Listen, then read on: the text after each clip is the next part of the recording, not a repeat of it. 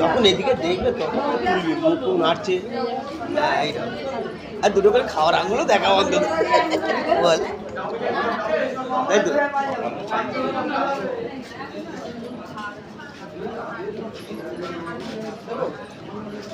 জ্বালানিটা কমলো, হ্যাঁ গ্যাসটা বন্ধ হতো, পুরো জ্বালানা করছিল।